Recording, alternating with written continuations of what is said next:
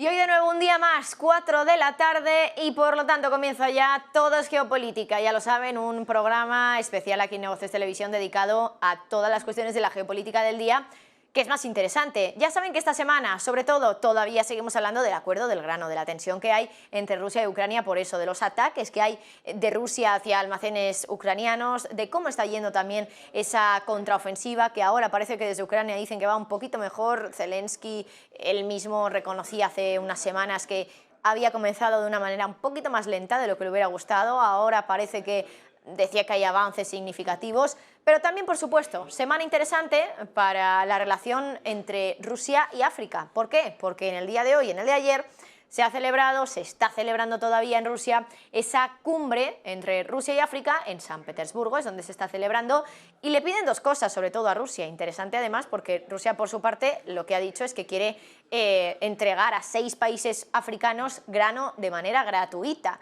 ¿Y qué le piden a cambio también los africanos? Bueno, pues entre otras cosas, que se escuche el acuerdo de paz que le van a presentar al presidente Vladimir Putin por parte de África y que también vuelva al acuerdo del grano, a pesar de haber ya mandado o de haberse comprometido, en este caso, a mandar grano de manera gratuita a 6 países africanos. Bueno, hoy tenemos a 4 invitados. De momento tenemos solo un par de ellos, los otros 2 se van a ir conectando enseguida, pero tenemos con nosotros a Pedro Mourinho, founder y CEO de Iberatlantic Global Corporation y cónsul honorario de la Federación de Rusia. Pedro, un placer como siempre tenerte. Muy buenas tardes. Muy buenas tardes, un placer para mí también. Bueno, y tenemos también con nosotros de momento a Adrián Celaya, presidente de ICAI Group y profesor de Economía Aplicada en la Universidad del País Vasco. Adrián, muy buenas tardes para ti también y muchas gracias por estar aquí presente. Hola, buenas tardes. Encantado de estar con vosotros, Marta. Bueno, y también le avanzo a la audiencia que vamos a tener con nosotros a Antonio Alonso Marcos, profesor adjunto de Historia del Pensamiento de la Universidad CEU San Pablo, y a Fernando Moragón, experto en geopolítica especializado en Rusia, Asia Central y China. Enseguida se van a ir conectando con nosotros. Pero de momento tenemos a Pedro y a Adrián, y quería empezar con vosotros hablando de esa cumbre de Rusia-África que se está celebrando en los últimos 2 días en San Petersburgo. Una cumbre donde sobre todo hay 2 cuestiones clave: grano por un lado y plan de paz. Hace un ratito ha hablado Vladimir Putin y ha dicho que van a escuchar esa propuesta, ese plan de paz que le va a proponer África al presidente ruso. No sé por dónde pueden ir los tiros, qué puede ser lo que le interese a África que pueda negociar Vladimir Putin en ese plan de paz. Pedro, voy a comenzar contigo.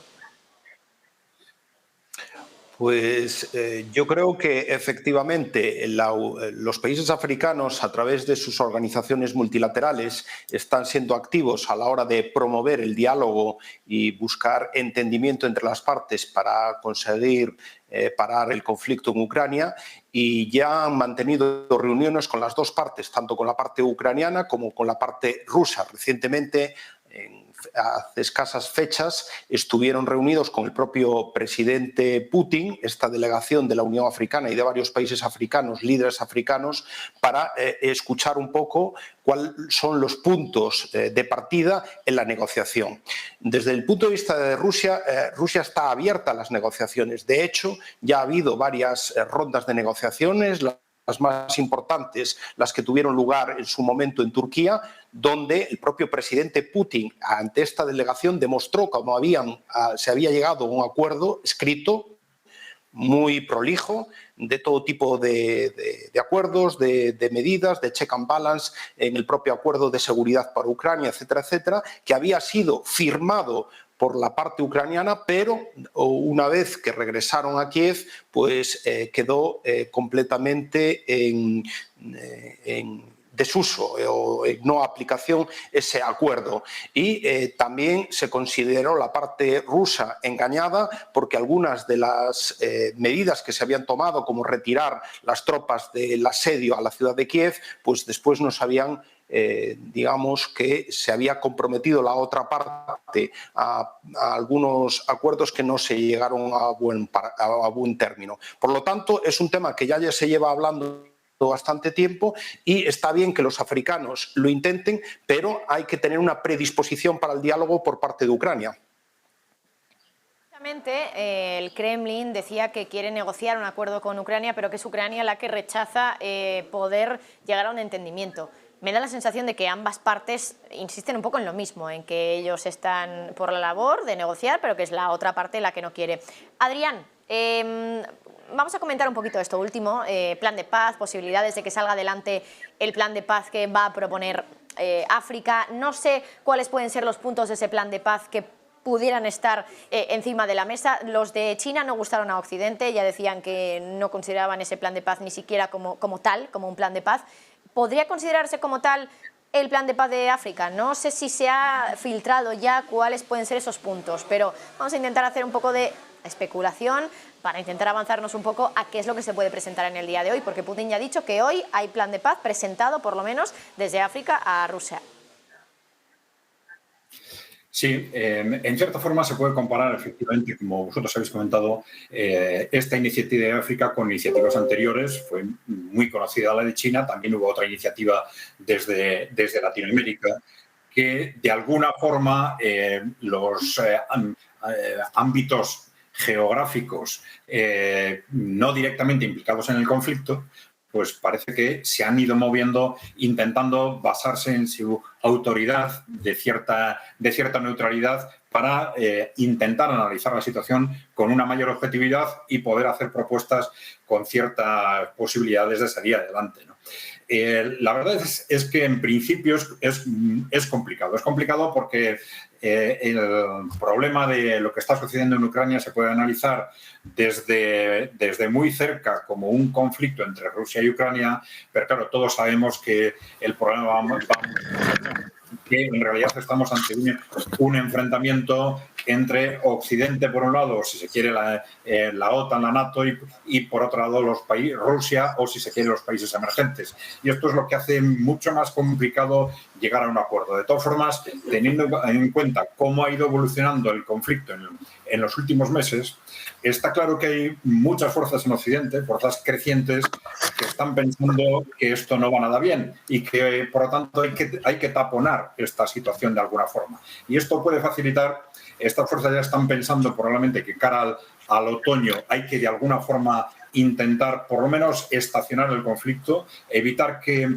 la situación evolucione todavía más a favor de Rusia o evolucione excesivamente a favor de Rusia, y esto puede facilitar el que alguna de estas propuestas planteadas por agentes intermedios, pues podría ser África o podría ser cualquier otro, enganche con esta voluntad muy reciente de ciertos círculos de la OTAN y de Occidente que están pensando en que hay que hacer algo cara a que a partir del otoño la situación no siga deteriorándose desde el punto de vista de los intereses de Occidente. Para que la situación no siga deteriorándose. Bueno, pues Adrián, nos quedamos con esto, pero me parece que ya tenemos con nosotros, porque ya lo he visto en pantalla, a Antonio Alonso Marcos, profesor adjunto de Historia del Pensamiento de la Universidad CEU San Pablo, y también estoy viendo ahora mismo a Fernando Moragón. A los dos, bienvenidos y gracias por estar una vez más aquí en Todo es Geopolítica. Estábamos comentando, antes de que os unierais, esa cumbre de África-Rusia, donde se habla incluso de proponer un plan de paz. Estábamos también pensando un poco cuáles pueden ser los puntos que se incluyan en ese plan de paz. Decíamos, el de China no gustó a Occidente, no sé si el de África podría gustar a Occidente. Voy a empezar con Antonio porque es el primero que he visto. Antonio, plan de paz de África para Rusia y Ucrania. ¿Qué podemos esperar de esto? Pues sencillamente nada, que se ha rechazado por, como has dicho tú, por Occidente, es decir, por la OTAN y por los aliados de la OTAN, simplemente porque su objetivo es otro, por tener un punto de referencia cuando Zelensky va a visitar al Papa y el Papa Francisco está en una clarísima línea de detener el conflicto porque él es consciente de la inmensa cantidad de vidas humanas que se están perdiendo, de la juventud ucraniana que se está tirando por el desagüe, aparte de la juventud rusa, por supuesto, también, pero la cuestión es que él quiere parar esta guerra. Cuando le propone el Papa parar la guerra a Zelensky, Zelensky dice que no, que pasa del tema, ¿no? Es decir, que él es consciente, lógicamente, de que se está destruyendo su país, se está destruyendo vidas humanas en Ucrania, y sin embargo Zelensky no está interesado en eso. De ahí la cara de sorpresa y la cara de amarga decepción del Papa en la foto posterior, en el encuentro con un señor que va vestido de uniforme, cosa que le debe costar horrores al Papa, el hecho de tener a alguien así a su lado. Y, en fin, que ni el plan chino ni el plan del Papa y mucho menos el plan de los africanos, porque no hay que perder de vista que para nosotros los europeos los africanos son pues seres inferiores, no para mí lógicamente, pero sí para ciertos líderes que aunque no lo verbalicen sí que actúan con esa mentalidad neocolonialista, y no porque yo lo diga sino porque los hechos son los que hablan, y cualquiera que estudie o analice un poco las relaciones de estos países europeos con los países africanos, pues se puede dar cuenta. De hecho, si España puede pintar algo en África como mediador de algún conflicto o lo que sea, es precisamente eso, porque nosotros, cuando hemos ido al continente, hemos ido siempre a ayudar, a aportar. Y en muy pocas ocasiones en el continente africano, hasta donde yo recuerde, hemos ido a coger materias primas y no sé qué. Es decir, con esa mentalidad colonialista, ¿no? De tal manera que, ya digo, el plan de paz que puedan proponer los africanos en los países OTAN, pues es como el que oye llover, puesto que, primero, la consideración que tienen para estos países, para estos líderes, es mínima, y segundo, porque la intención de los países OTAN es proseguir con la guerra hacia adelante hasta que diga Zelensky, como si Zelensky pudiera decir algo, es decir, hasta que diga Biden. Bueno, pues Antonio Alonso, por su parte, dice que ni plan de paz de China, ni del Papa, ni de África. Fernando, ¿qué te parece a ti? Pues estoy de acuerdo con Antonio. Bueno, yo creo que ni plan de paz de China, ni de África, y aunque venían los marcianos, tampoco. Es decir, ¿por qué? Pues porque hay una parte que no está interesada en la paz por el momento, que esa parte, digamos, la escenifica fundamentalmente Zelensky y su camarilla de poder, y quien está detrás, en última instancia, y quien mueve esa camarilla de poder es Estados Unidos, con sus vasallos de la OTAN. Bueno, no habrá paz hasta que Estados Unidos lo decida, en última instancia, ¿no? Y eso, sabiendo además que aunque se escenifique también una especie de la OTAN y tal, o la Unión Europea, da igual, si por acaso la Unión Europea se ha convertido ya en el órgano de financiación de la guerra. Pero vamos, da absolutamente igual, es decir, todos ellos no van a hacer nada hasta que, bueno, pues decía ya, están escenificando una unidad, pero dentro de ellos hay ya fuertes tensiones que a veces salen a la luz, especialmente pues, desde polacos, fíjate, polacos estoy diciendo, que son los más pro-ucranianos, pero con el tema del grano y alguna otra cosa más, ya están teniendo muchos problemas internos y están diciendo que, mire, sí, que somos muy, muy pro-ucranianos y a ver si hay suerte y Ucrania destroza a Rusia, pero ustedes el grano no lo meten aquí. Porque estamos con los agricultores que se nos han levantado y tenemos un gran problema. Por eso digo que los intereses al final priman sobre cualquier cosa. Y no va a haber ningún acuerdo, eso está claro. Yo creo que no va a haber ningún acuerdo en todo este año. Es decir, habrá una oferta posiblemente de los americanos en otoño, que será una oferta, bueno, que les prometerán alguna cosilla y tal, a ver si cuela, pero que no podrá ser aceptada por Rusia. Yo creo que la guerra va a continuar en el 2024. Vamos, lo tengo bastante claro. Y ahora mismo lo que se está planteando son otras cosas por parte de Estados Unidos. No va a haber, ya digo, también hay un ejercicio, digamos, de sabiduría diplomática, que es que tanto China como ahora los africanos, se han cubierto las espaldas diciendo, nosotros lo hemos intentado, hemos presentado un plan de paz. Los rusos dicen, bueno, pues vamos a estudiar, vamos a verlo. Es la otra parte, es la parte ucraniana, es decir, Estados Unidos, la que dice que no. Con lo cual, pues ya saben ustedes quién es el malo de la película, por decirlo así coloquialmente. Se ha hablado o se va a hablar en esta cumbre sobre el plan de paz, pero también se ha hablado mucho sobre el grano y me parece llamativo. Bueno, por un lado ya sabemos que ayer Putin anunció que iba a dar grano de forma gratuita hasta 6 países de África y bueno, un país de África que no está entre estos 6, pero que bueno, aún así ha hablado también del grano, es Egipto, que le ha pedido a Vladimir Putin que vuelva al acuerdo del grano. ¿Hasta qué punto a estos países africanos les interesa que Rusia vuelva a este acuerdo? Pedro, empiezo contigo.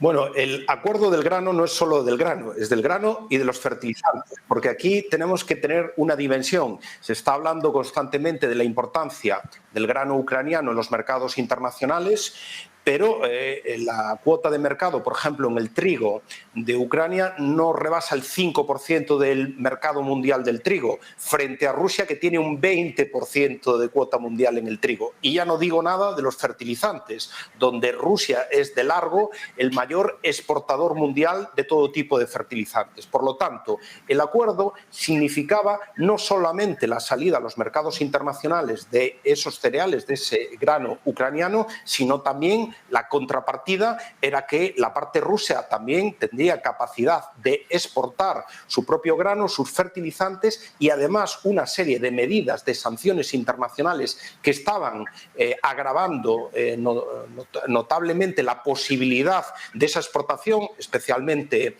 que el banco ruso especializado en el sector agrícola estaba desconectado del SWIFT, por lo tanto dificultaba las transacciones de la venta del grano y de los fertilizantes. Por otra parte, también las dificultades para utilizar las flotas, las logísticas internacionales para el transporte de estos granos estaba dificultando enormemente, pues eso, la entrada en los mercados internacionales. Por eso Rusia ha dicho: hasta aquí hemos llegado, después de varias prórrogas, sin llegar nunca a conseguir los acuerdos adoptados en su inicio. Entonces, eso conviene mucho reflejarlo. ¿Por qué es importante para los africanos? Importante porque, obviamente, buena parte de esta producción va para los países africanos. Pero, por ejemplo, de la producción ucraniana está demostrado que el 90% del grano que ha salido en los últimos meses de Ucrania no ha ido a los mercados o a los países en desarrollo de África o los mercados más paupérrimos de África.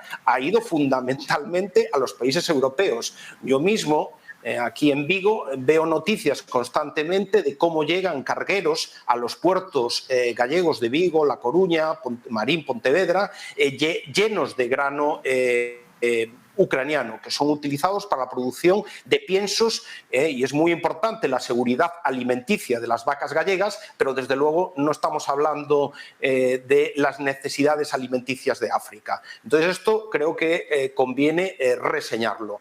África, en todo caso, va a tener provisión, en este caso, de 50.000 toneladas de cereales por parte de África, por parte de Rusia, a 6 países africanos, y yo creo que todo lo que haga falta en relación a la seguridad alimenticia está garantizado. Pero bueno, insistimos, si es mejor tener un acuerdo del grano, pero que se cumpla con todas las partes, y es importante también cumplir con los compromisos con Rusia. Bueno, pues queda clara también la posición, en este caso, de Pedro. Adrián, por seguir con el orden que hemos establecido inicialmente, grano, debate, ¿acuerdo del grano es mejor que el hecho de que Rusia haya firmado ya ese acuerdo más bilateral entre África y Rusia? Bueno, es mejor para quién. Habría que pensar, ¿no? Evidentemente, desde el punto de vista de África, es muy posible que el resultado final sea mejor sin el acuerdo que con el acuerdo. Claro, habría que hacer cálculos, no solo teniendo en cuenta el impacto que tienen esta donación de entre 25.000 o 50.000 toneladas que se está diciendo de grano, que no es solo el impacto de esta donación, sino es el impacto que esa donación tiene sobre el conjunto de los precios, ¿no? Es un efecto que tira a la baja los precios. Entonces es muy posible que, en concreto, desde el punto de vista de África, teniendo en cuenta además el limitado impacto que tenía el grano de Ucrania en este continente, pues es muy posible que el resultado final para África sea mejor fuera del pacto que dentro del pacto. Independientemente de que en las relaciones internacionales, en estas relaciones de carácter diplomático, a África y en el contexto de esta cumbre, a África le interese mantener un discurso relativamente distanciado, relativamente centrado con respecto a las dos partes, precisamente porque si quieren hacer una propuesta de paz no pueden identificarse al 100% con una de las partes, al menos formalmente, ¿no? Desde el punto de vista de las partes o del mundo en conjunto, pues claro, depende de qué estamos hablando. Si estamos hablando de reponer el pacto en los términos en los que se estaba gestionando hasta ahora, pues la verdad es que era una situación bastante absurda. No hay un pacto en el que una de las dos partes cumple y la otra no cumple, pues evidentemente el que cumple es perjudicado y el que no cumple es beneficiado, pero es evidente que no es una situación sostenible en el tiempo. Como hipótesis se plantea la posibilidad de que se renegociara y ahora nos encontráramos ante un pacto que las dos partes cumplen, pero claro, eso en este momento no es más que una hipótesis idealista que es muy difícil que se haga efectiva en la práctica, ¿no? Por seguir también con ese orden, Antonio, acuerdo del grano, Egipto pidiéndole a Rusia que vuelva, mientras tanto Rusia gestionando acuerdos directamente con los países africanos. ¿Qué es mejor? Bueno, la verdad es que quizás Egipto esté jugando una baza como pues en la línea de lo que decía Adrián también, de intentar virar hacia una posición como más de mediación, más entre ambas partes. Pues si el secretario general de la ONU le pide a Rusia que vuelva al acuerdo del grano, pues Egipto repite esa misma canción, aunque no esté muy convencida de ella, pero bueno, por volver a una posición o por tomar una posición un poco más neutral en el conflicto, pues obviamente Egipto repite lo que es la posición oficial, lo que es la posición del secretario general de la ONU, que es pedir a Rusia que vuelva al acuerdo del grano, aunque el papel, la obligación de las Naciones Unidas es velar porque se cumpla, porque todas las partes cumplan el acuerdo del grano y el memorándum que se firmó, y eso parece ser que no lo está haciendo la ONU. Entonces, pues muy bien que Egipto pida eso, pero lo que tiene que hacer la ONU es velar porque todas las partes cumplan con ese acuerdo. De todas formas, tanto esta cumbre como ese papel de mediador de los países africanos o de intermedio o lo que sea, nos vuelve a poner sobre la mesa un hecho, pues digamos un ladrillo más en este muro, que es esa fotografía, como dice José Antonio Vignier todas las mañanas, ¿verdad? Esa fotografía en la que el mundo se va dirigiendo cada vez más, de manera mucho más clara, hacia un mundo de bloques, un mundo de bloques en el que Estados Unidos y Europa pinta cada vez menos en África, y donde África pues tiene que tener su propio protagonismo, retrotrayéndonos un poco a esos años 60, 70, en los que surgía ese bloque de países no alineados. Bueno, Fernando, no sé si puedes añadir alguna cuestión a lo que han dicho el resto de invitados sobre el acuerdo del grano, lo que pide Egipto, lo que ha hecho ya Rusia con esos países africanos. Yo creo que esto viene de mucho tiempo antes, de mucho tiempo atrás. Es decir, yo he tenido la oportunidad en Moscú ver reuniones de todo tipo y condición en la participación de miembros de delegaciones de países africanos era importantísima, era incluso la más grande. Y estoy hablando de hace años, cuando las cosas no estaban tan mal como ahora. Es decir, que es un trabajo que se viene haciendo desde hace mucho tiempo. Ahora se están viendo, digamos, públicamente más claros los resultados, pero ese acercamiento viene de largo. Yo creo que al final lo que hay que tener en cuenta es, más que el acuerdo de grano en sí, que yo creo que el acuerdo de grano ha sido una estafa, que los rusos sabían más o menos que iba a ser una estafa por parte de Occidente, pero para que nadie les atribuyera mala voluntad, dijeron, por nosotros, que no quede, vamos a intentarlo, y lo que ha pasado pues es lo que ha pasado, que al final lo del grano iba a Europa, los fertilizantes rusos no salían, en fin, una tomadura de pelo.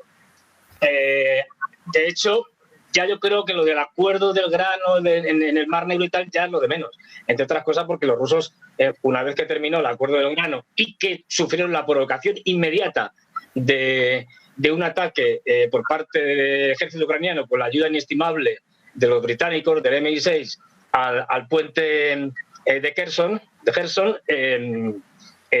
bueno, se dedicaron a bombardear todos los puertos ucranianos, desde el Danubio a la costa del Mar Negro, y por lo tanto ya no va a salir de allí nada, ni grano, ni nada, ni va a entrar nada. Es decir, que ahora mismo lo que tenemos es una fase distinta en la que hay una clara lucha por el control del Mar Negro. Es decir, pero eso ya es otra cosa distinta.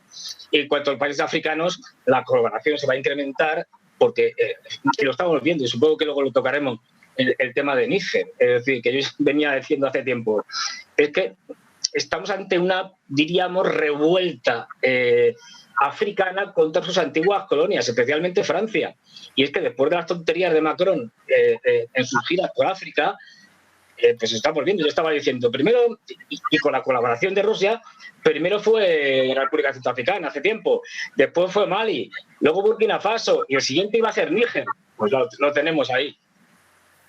Efectivamente, Fernando, quería comentar eso con vosotros, pero antes, por seguir un poco con esa cumbre Rusia-África, ver un poco dónde está la estrategia de Rusia en todo esto, ¿no? Porque está reforzando sus lazos Rusia con África, con este acuerdo de mandar grano de forma gratuita.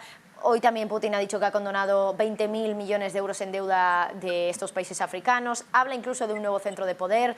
Estos días también en el programa hemos estado hablando de cómo China tiene como aliado también a África y a Rusia le interesa también ser un actor importante en África. ¿Qué beneficio puede sacar Rusia de tener una alianza importante o de tener una buena relación con África? Adrián, empiezo contigo porque creo que a Pedro se le ha caído la conexión porque no le tenemos ahora. Bueno, vamos a ver. Desde una perspectiva de medio y largo plazo podemos hablar de intereses económicos mutuos, ¿no? Tanto por parte de África como de Rusia, ¿no? Pero yo creo que nos estamos moviendo en una dinámica de mucho más corto plazo en el que son los intereses geopolíticos la cuestión clave, ¿no? Y hay que tener en cuenta cuál es el contexto en el que nos movemos. Un contexto en el que nosotros solemos decir que lo más sorprendente que ha pasado geopolíticamente en este año no es tanto el conflicto de Ucrania, que era algo que se sabía que de una forma u otra ese choque entre Rusia y la OTAN se iba a producir antes o después, que lo más sorprendente ha sido ese desplazamiento del conjunto de los países en desarrollo hacia, de la generalidad de los países en desarrollo, hacia el bloque China-Rusia, ¿no? Algo que para nosotros, y creo que para la generalidad de los analistas, ha sido totalmente sorprendente, ¿no? Unos ciertos movimientos sí se preveían, pero ese movimiento masivo, y por ejemplo lo hemos visto muy claramente en África, era algo difícil de prever. Con lo cual hemos visto cómo a raíz de las sanciones contra Rusia, que de alguna forma han obligado a todo el mundo a posicionarse en un mando de otro de forma clara, pues resulta que nos hemos encontrado con que nosotros mismos, Occidente, nos hemos aislado frente al resto del mundo. Hemos creado casi un nuevo telón de acero, esta vez creado por nosotros mismos, frente a prácticamente el resto de la humanidad. Asia, África, Latinoamérica, con ciertas excepciones, ¿no? Entonces, yo creo que esa es una cuestión clave desde un punto de vista geopolítico para Rusia y para China a muy corto plazo. Tanto África como Latinoamérica son una base esencial, independientemente de que, por supuesto, como ya digo, a medio y largo plazo, tanto Rusia como China están sabiendo tejer un tipo de relación con los países africanos radicalmente distinto del que establecía Occidente. Y esto lo acaban de decir otra vez los países africanos cuando se acordaban de cómo tenían relaciones económicamente muy constructivas, incluso con la Unión Soviética, ¿no? Decían, es que la Unión Soviética construía fábricas y ahora han dicho en Rusia, no, es que vamos a hacer lo mismo, vamos a empezar a construir fábricas, no a hacer lo que hace Occidente, que es sobornar gobiernos para luego extraer de forma privilegiada pues, materias primas, utilizarlos como mercado, etcétera, ¿no? Tanto Rusia como China están creando relaciones económicas constructivas de interés mutuo, etcétera. Los países africanos se han dado perfectamente cuenta de que esto es así, de que la relación con Rusia y con China es radicalmente distinta y están haciendo una apuesta generalizada, prácticamente en la totalidad de África, como está sucediendo en buena parte de Latinoamérica, a favor de ese bloque Rusia y China. Yo creo que esto es el gran acontecimiento de este año, el gran acontecimiento geopolítico, digamos. ¿Estás de acuerdo con que hay una diferencia muy importante entre la relación de Occidente y África y Rusia y China con África también? Sí, perdona, ¿qué hay? No, le decía Antonio, que no sé si me habéis escuchado, perdón. Sí, no, pensaba que la pregunta era para Adrián, pero bueno, yo pues sí, lo he dicho antes, Lo que sí que me gustaría rescatar de la reunión en San Petersburgo ha sido, ¿verdad?, esta reunión con los líderes africanos, si no recuerdo mal. ¿No? Sí. Es en San Petersburgo, ¿verdad? Sí, sí. Sí, es en territorio ruso, ¿verdad? ¿Y qué hace allí Prigozhin, no? Porque creo que ha estado por allí dando vueltas, ¿no? Se ha hecho fotos con todos los líderes, con todos los jefes de Estado de estos países africanos. Pues esto es curioso, ¿eh? Yo os pido, y pido a los espectadores que también hagan un ejercicio de memoria. El día 4 de junio comienza la contraofensiva de primavera-verano, como le gusta llamar a Fernando Moragón, a la contraofensiva primavera-verano de Ucrania. Bien, 20 días más tarde es la noche de San Juan, donde pasa algo que todavía a día de hoy hay algunos que dicen, sí, esto es que Prigozhin se alzó en armas contra Putin.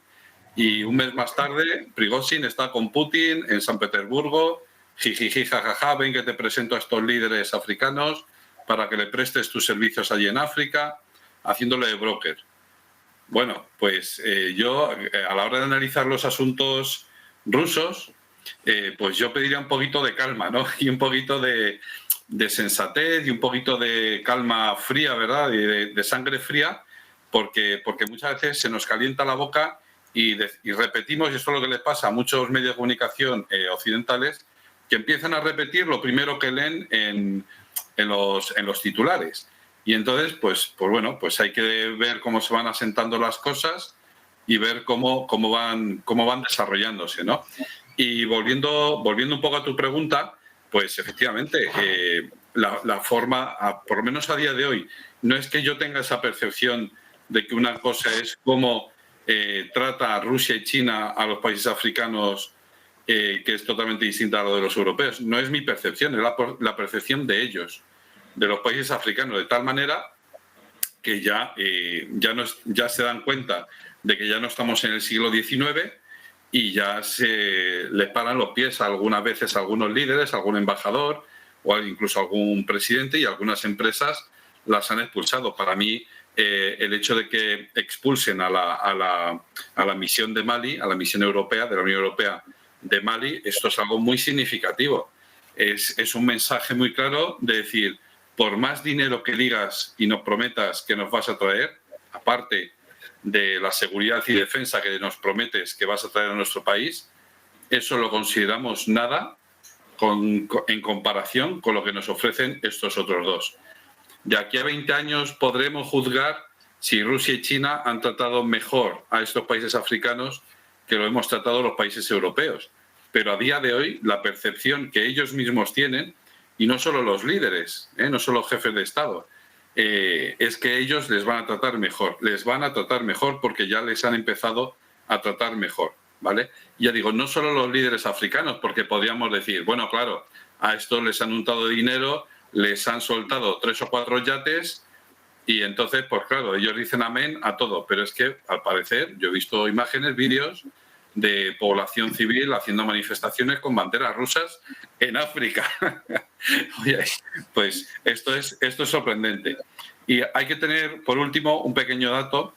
Tenemos la percepción en Europa de que gran parte de la inmigración que huye de la guerra y del hambre de África viene aquí a Europa, y no es verdad, 3/4 partes de la inmigración que se mueve en países africanos, sobre todo estoy hablando del África subsahariana, cuidado, va a países africanos, no viene a Europa. Es cierto que son muy llamativas esas imágenes de senegaleses entrando en Patera, en Canarias o en Almería o donde sea, son muy llamativas. Pero pensemos que eso es solo una 1/4 parte de la inmigración que se mueve en los países subsaharianos, ¿no? Entonces, hay que tener también esto en cuenta, que nuestra percepción de cómo es la vida en África se basa mucho en películas y poco en datos reales. Y yo creo que hay gente mucho más experta que yo, por supuesto, que podría hablar de este tema, pero sobre todo yo invito a la gente a que se informe y a que se nutra de esos datos y llegue a sus propias conclusiones, que en muchos momentos pueden distar bastante de lo que se nos ofrece en películas o incluso en las noticias de la televisión.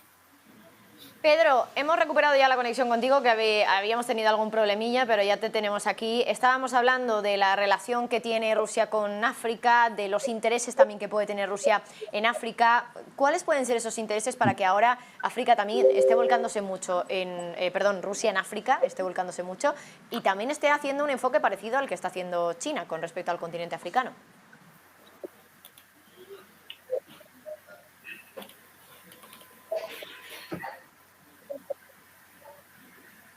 No sé si Pedro me ha escuchado. Pedro, ¿nos escuchas? Tengo problemas en la última parte de la pregunta. ¿Se la puede repetir? Sí, claro, sin problema. Decía que estábamos hablando, cuando hemos perdido la conexión contigo, ahora estábamos hablando un poco de la relación Rusia y África y de los intereses que puede tener Rusia en África. Ahora que se ha celebrado esta cumbre y se ha hablado pues de regalar grano a 6 países, se ha hablado de condonación de deuda. ¿Qué le interesa a Rusia en África, Pedro?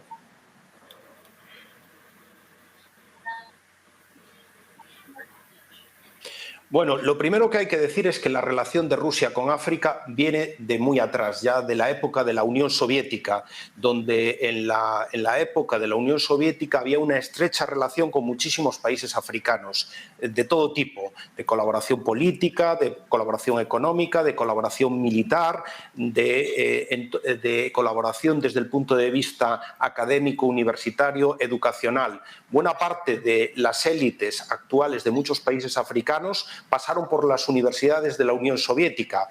Ejemplos como el expresidente de Angola, Eduardo dos Santos, que fue un ingeniero del petróleo en la Universidad de Bakú, en Azerbaiyán, en la época de la Unión Soviética, o tantos otros líderes africanos que pasaron por esas universidades en la época de la Unión Soviética. Entonces, la relación ya viene de muy atrás. Pero también viene la relación de los países europeos, pero es una relación distinta.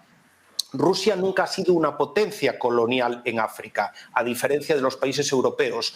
Por ejemplo, Francia, el Reino Unido, incluso Italia o Alemania sí que han tenido presencia colonial muy importante en África, incluso países más pequeños como Bélgica, frente a Rusia, que nunca llegó a tener esa relación de potencia colonial o de colonias en el continente africano, sí de relación política muy estrecha en la época de la Unión Soviética. Y ahora, en los últimos tiempos, se ha reabierto otra vez a una estrecha relación con África, que se había detenido, digamos, en los primeros años de la nueva Federación Rusa, porque la situación política y económica de Rusia no permitía esta estrecha colaboración. Hay que tener en cuenta que en los países africanos siempre hay una perspectiva muy importante, que es la cooperación económica y la cooperación, la ayuda, digamos, que le prestas a estos países. Hoy en día Rusia tiene muchísima más capacidad de poder implementar estas acciones de ayuda económica y ayuda institucional y ayuda humanitaria a los países africanos y, por tanto, lo está aplicando. De hecho, se está condonando 24.000 millones de euros de deuda. Muchos bancos rusos, como el BTB Capital, son de los máximos prestamistas en proyectos de inversión en el continente africano. Hay presencia de muchísimas multinacionales rusas en el continente africano. Por ejemplo, Rusal extrae buena parte de su bauxita para la producción de aluminio de Guinea-Conakry y además, en materia de seguridad y de lucha contra el terrorismo, pues la presencia de las compañías militares privadas en todo el continente está ayudando a estabilizar la situación política y mantener el orden y luchar contra el terrorismo en buena parte de los países africanos. Y a nivel de objetivos políticos hay un alineamiento con muchos de los intereses que tienen los países africanos. Ellos están mucho más por un mundo multipolar, donde, por ejemplo, África tenga presencia en organismos tan importantes como el Consejo de Seguridad de Naciones Unidas, de los organismos en general multilaterales, y la importancia de todas estas instituciones multilaterales a nivel mundial, donde tengan una relación más de igual a igual con los países africanos y se intente promover un desarrollo económico a la par que el extraordinario desarrollo demográfico y la potencialidad demográfica en términos demográficos que tiene el continente africano. Por lo tanto, la agenda es amplísima, los intereses comunes son muchísimos y el approach y el acercamiento que hace a Rusia a muchos de estos países es el que a ellos les gusta, mucho más conveniente, sin etnocentrismo y sin superioridad moral.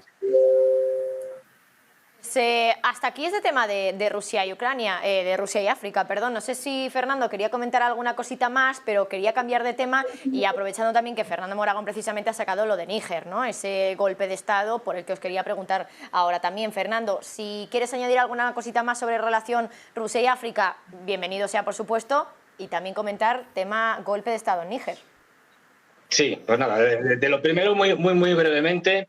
Efectivamente, es decir, es que, como decía Adrián, la gran sorpresa desde que empezó la guerra de Ucrania ha sido, y esto yo creo que es importante, ha sido que no uno ni dos, sino muchísimos países africanos le han dicho a Europa y a Estados Unidos no. Así de claro, hasta aquí hemos llegado. Es decir, no.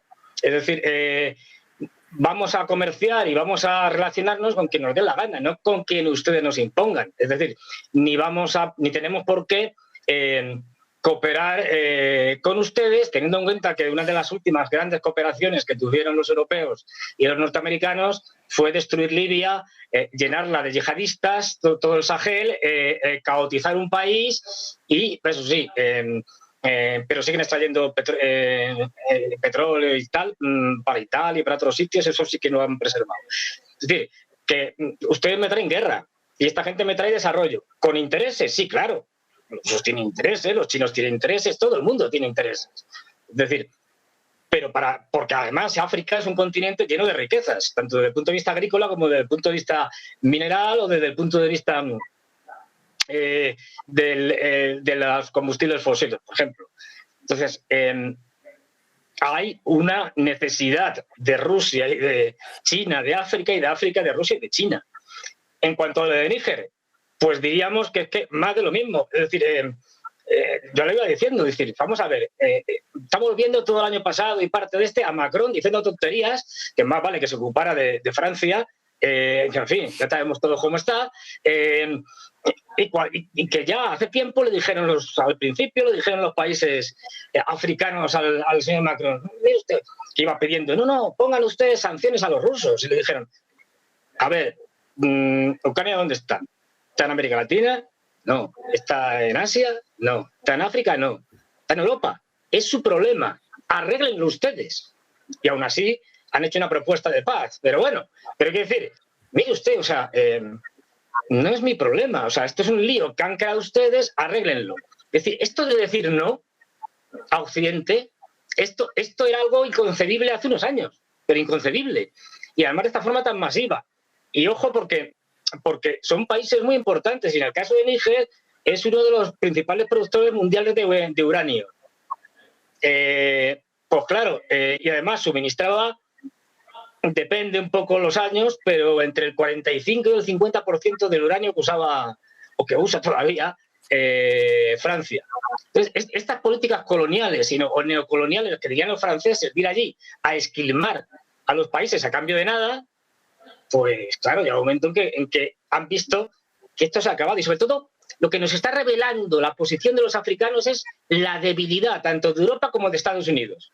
Dicen no porque están viendo que Estados Unidos es una potencia en declive y que ya se le puede decir no porque además tiene una contraparte, es decir, tiene a Rusia y a China que les pueden apoyar. Y no digamos ya de Europa, que no que sean unos países en declive, vamos, unos países en caída libre. No hay más que ver a Alemania, es decir, cómo se está hundiendo a sí misma. Esto es una cosa que no se ha visto desde el Titanic, vamos, es decir, una cosa tremenda. Entonces, eso es importantísimo, es decir, el que decir, no, a partir de ahora tenemos unos intereses propios, nuestros intereses coinciden más con Rusia y con China, y el caso de Níger se veía venir. De hecho, según parece, ha habido cierto apoyo de Mali. Sí, digamos que se lo van contando. Y bueno, vamos a ver qué pasa. Evidentemente, Francia puede recurrir a algunas otras fuentes de uranio, pero es un golpe duro para Francia, que no olvidemos, como el 90%, una cosa así, de la energía eléctrica en general, lo generan sus centrales nucleares. Con lo cual, como no se pongan las pilas y dejen de hacer tonterías, van a tener que generar energía eléctrica en bicicletas a pedales, porque es que no van a tener otra opción. Es clave. Y veremos que esto no se va a acabar en Níger. Quiero decir, que irán pasando en más países, sobre todo del África subsahariana. Y luego tenemos el gran problema al que nos está metiendo Estados Unidos, y especialmente por lo que nos toca España, con el enfrentamiento marroquí-argelino. Es decir, esto se llevará a consecuencias, me temo que muy negativas, pero bueno, veremos a ver qué pasa. Y ya digo, y el problema de lo que decía antes Antonio, es que creo que Antonio, pero no sé si decía, bueno, decías lo del supremacismo blanco, es que esto nos ha quitado. Es decir, y Borrell ya se encarga de decirlo de vez en cuando, el jardinero Borrell, ya sabemos que estas cosas le encantan. Pero es que yo cuando he tenido la oportunidad de hablar con gente más o menos de la cierta élite o cierto, digamos, manejo en Europa, si es que piensan así. O sea, piensan que estos son pobres negros que, bueno, que bastante con que les demos algo de vez en cuando, hay que explotarlos. Es decir, si es que son racistas convencidos. No te lo dicen en público porque no queda estético, es decir, pero es así.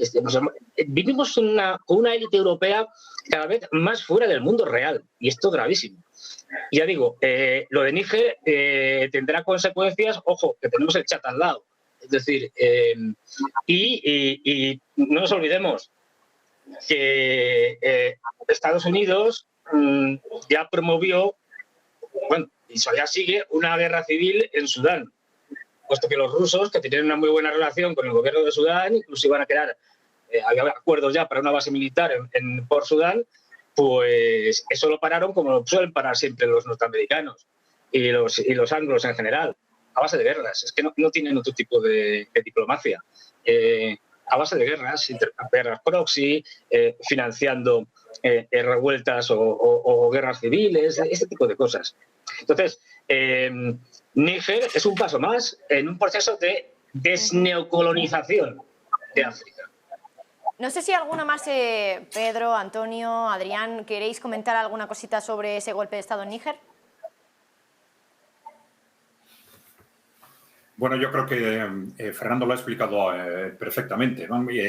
Pero bueno, desde el principio se veía, de alguna forma se preveía lo que está sucediendo. Es decir, que como consecuencia de esta división del mundo en dos bloques, de forma tan rápida y tan radical, los países que están en una situación más o menos intermedia o con posibilidades de oscilar de un bloque a otro van a ser sometidos a tensiones por parte de los dos bloques, tensiones insuperables muchas veces, ¿no? Entonces vamos a ir viendo, y lo estamos viendo ya, cómo aparecen conflictos nuevos, aparecen cambios de régimen, aparecen cambios de gobierno, aparecen guerras como las de Sudán.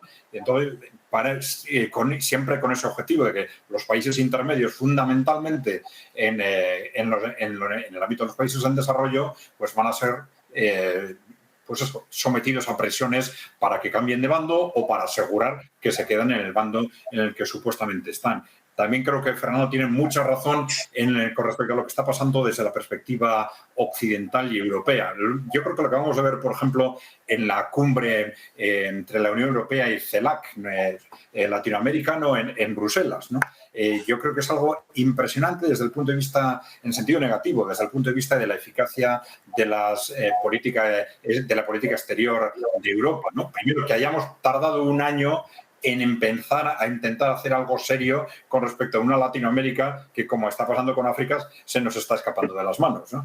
Y segundo, esa torpeza a la hora de gestionar esa relación con Latinoamérica, con una propuesta tras otra que públicamente se rechaza, ¿no? Que queremos que a la cumbre venga Zelensky y los países latinoamericanos nos dicen que no, que queremos que se tome no sé qué, una decisión sobre Ucrania en los términos que nosotros queremos y los países latinoamericanos nos dicen que no, pero oiga, pero estas cosas se gestionan previamente, que este rechazo público y notorio uno tras otro de una propuesta tras otra de la Unión Europea revela una falta de preparación y seguramente una prepotencia que deriva de una tradición también, es decir, de una situación en la que los países occidentales proponen y los países en desarrollo simplemente dicen que sí a todo. Está claro que ese contexto ha cambiado y está claro que la diplomacia europea no está sabiendo adecuarse a las circunstancias a la velocidad suficiente.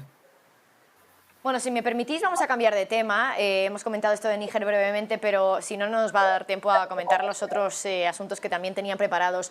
Quería pasar de África a Asia, hablar de relación entre Rusia y Corea del Norte, por ejemplo, porque hoy Putin ha elogiado lo que él dice que es la amistad militante de Corea del Norte y promete impulsar los lazos también con Corea del Norte.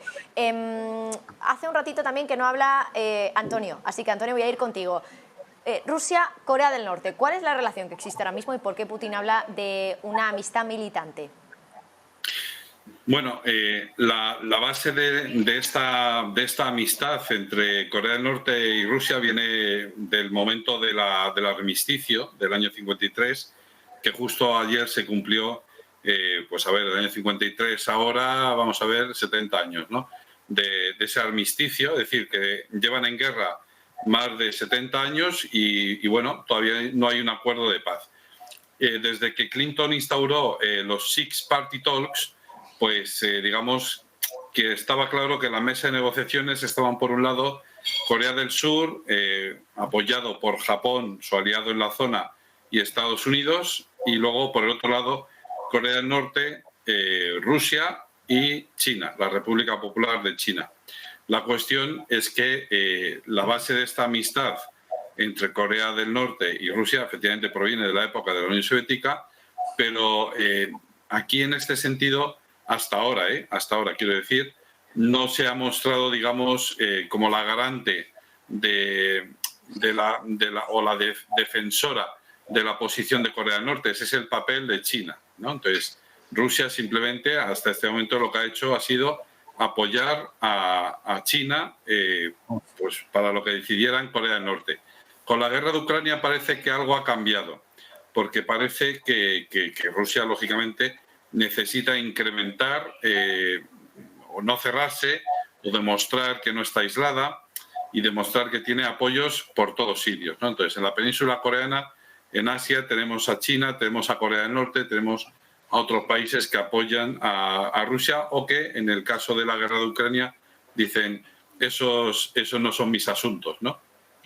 Entonces, la cuestión de Corea del Norte no solo es el apoyo diplomático o romper ese aislacionismo al que le pretende someter los países occidentales, sino que también es la cuestión del armamento, ¿vale? Y si hace 20 años parecía algo de broma que Corea del Norte pudiera lanzar misiles y tal, pues ahora parece ser que la industria armamentística coreana, no quiero decir que sea capaz de producir miles de misiles de ese tipo, pero que ha llegado a alcanzar un nivel tecnológico suficiente como para producir unos pocos misiles con una capacidad de alcance en su objetivo a miles de kilómetros interesante, ¿no? Esa tecnología, bueno, pues el producir esos misiles, ya digo, no en cantidades industriales, pero sí en cantidades interesantes, pues le puede ser, valga la redundancia, interesante para Rusia, de tal manera que eso, digamos, es uno de los puntos fuertes de esa relación entre Rusia y Corea del Norte, ¿no? El apoyo diplomático y el apoyo militar por otro. ¿Está confirmado que Corea del Norte manda armas a Rusia? Hace un ratito también que no hablo con Pedro. Perdón, Pedro, vamos contigo. Pues yo coincido bastante con el análisis de Antonio en relación de la relación entre la Federación de Rusia y lo que es Corea, desde la perspectiva histórica y cómo se ha desarrollado en las últimas décadas, Efectivamente, estamos conmemorando los 70 años del armisticio, por eso es la visita del ministro de Defensa Shoigu en estos días de esta semana a Pyongyang, a Corea del Norte, para las celebraciones, para las conmemoraciones de este 70 aniversario. Y efectivamente también es destacadísimo el papel que tiene China, especialmente en las relaciones en relación a Corea del Norte, pero no es menor el que tiene Rusia y que en los últimos meses, después del comienzo de la operación militar especial y del conflicto en Ucrania, pues se han incrementado. Por dos aspectos, por los que comentábamos, la capacidad militar, de producción militar, ya no tanto de misiles o de armas nucleares, que es un poco lo que siempre se nos presenta en los medios de comunicación en relación a Corea del Norte, sino que tiene una abundante capacidad de producción de armas más tradicionales, más convencionales, especialmente de munición.